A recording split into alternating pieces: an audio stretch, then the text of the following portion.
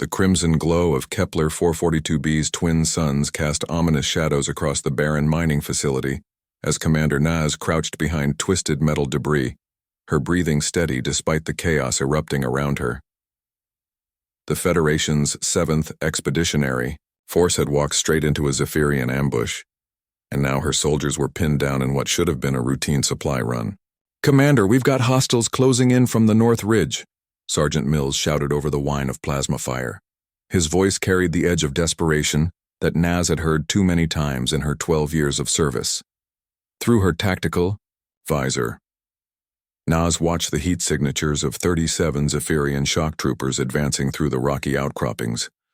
Their insectoid forms moved with predatory grace, chitinous armor gleaming as they coordinated their assault with terrifying efficiency.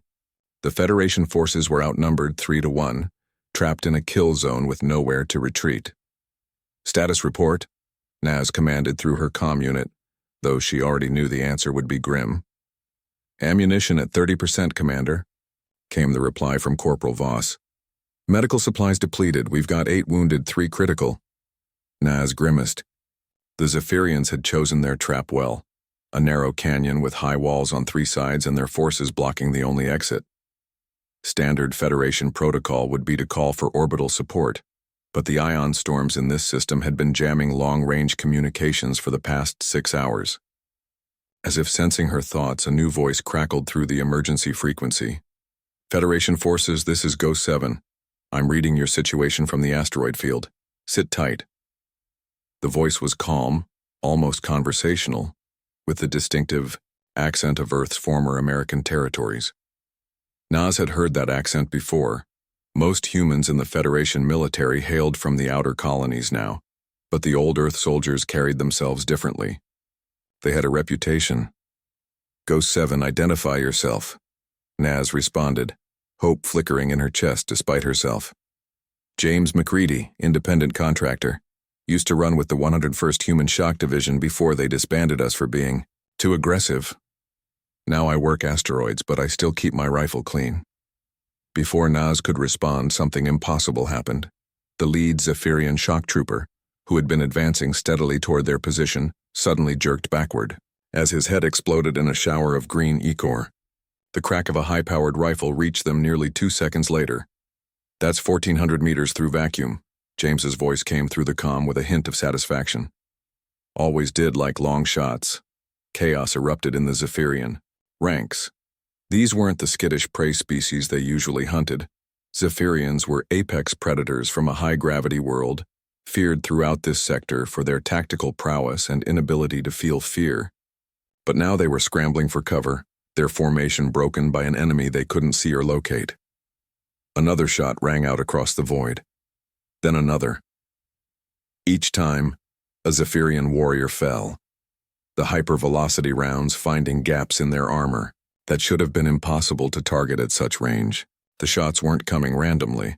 They were eliminating the squad leaders first, then the heavy weapons specialists, systematically dismantling the enemy's command structure. "How is he doing that?" Mills whispered, watching through his scope, as another Zephyrian dropped. Naz was wondering the same thing. She'd seen human snipers before, but this was beyond exceptional. James wasn't just hitting targets in a vacuum across impossible distances. He was reading the battlefield like a chess master, predicting movement patterns and eliminating threats in perfect sequence. "Commander," James's voice came through, the comm again. "I need you to do something for me.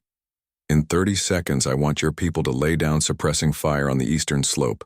Don't try to hit anything. Just make noise and light." "James, there's nothing on the eastern slope." "Trust me on this one, Commander."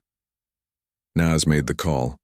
Her soldiers opened up with everything they had left, plasma bolts and kinetic rounds lighting up the barren rock face. For a moment it seemed pointless. Then she saw the genius of it. The Zephyrians, thinking the Federation forces were attempting a desperate breakout toward the empty slope, had repositioned to counter the feint. In doing so, they'd exposed themselves to James's position in the asteroid field. The next volley came faster, 6 shots in rapid succession, each one finding its mark. The remaining Zephyrians, their courage finally breaking, began a fighting retreat toward their dropships. Ghost 7. How did you know they'd move like that? Spent 3 years fighting Zephyrians in the Outer Rim Wars, James replied. They're predictable once you understand their psychology. Pride species never retreat until their leadership structure collapses. Take out the right officers in the right order, show them an apparent weakness, and they'll dance to whatever tune you play. As the dust settled and the last of the enemy disappeared beyond the ridge, Naz finally got a visual on their savior. Through her long-range scope, she could make out a figure in an armored vac suit positioned on a slowly rotating asteroid nearly 2 kilometers away. He was packing up what looked like a modified Terran M95 sniper rifle, a weapon that hadn't been in service for over a decade. James, how did you get that kind of accuracy at range in 0G? The response carried a hint of humor. Commander, humans didn't claw their way to the stars by accepting limitations. We adapt. We improvise. And sometimes we just refuse to miss when it matters. As Naz organized the evacuation of her wounded soldiers, she found herself smiling, for the first time in days. The galaxy was full of species that were stronger, faster, or more technologically advanced than humans. But there was something uniquely human about turning a disadvantage into a strength, about finding solutions where others saw only problems. Ghost 7. The Federation owes you a debt. No debt, Commander, just one human looking out for another. Besides, James's voice carried across the void one final time. Somebody's got to keep the galaxy interesting. The asteroid field swallowed him up as his rock continued its ancient orbit, leaving Naz with her rescued soldiers and a renewed appreciation for the stubborn ingenuity of her own species. In a universe full of wonders and terrors, sometimes the most remarkable thing was simply being human.